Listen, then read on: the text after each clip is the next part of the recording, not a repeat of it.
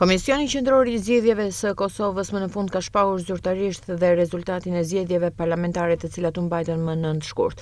Pas më shumë se 5 javësh, KQZ-ja konfirmon se vetvendosi e renditet e parë në zgjedhje me 42.30%, PDK-ja e dyta me 20.95%, LDK-ja e treta me 18.27%.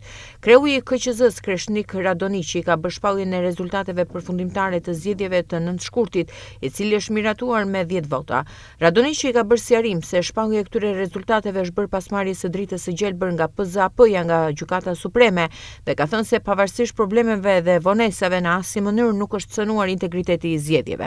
Radoniqi ka treguar se më 9 shkurt kanë votuar në total 966.283 apo 46.54%.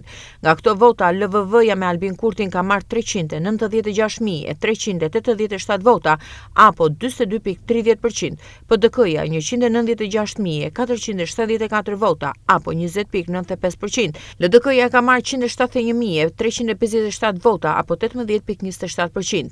AAK Nisma ka marrë 66.256 vota, apo 7.06% dhe lista serbe ka marrë 4.26%.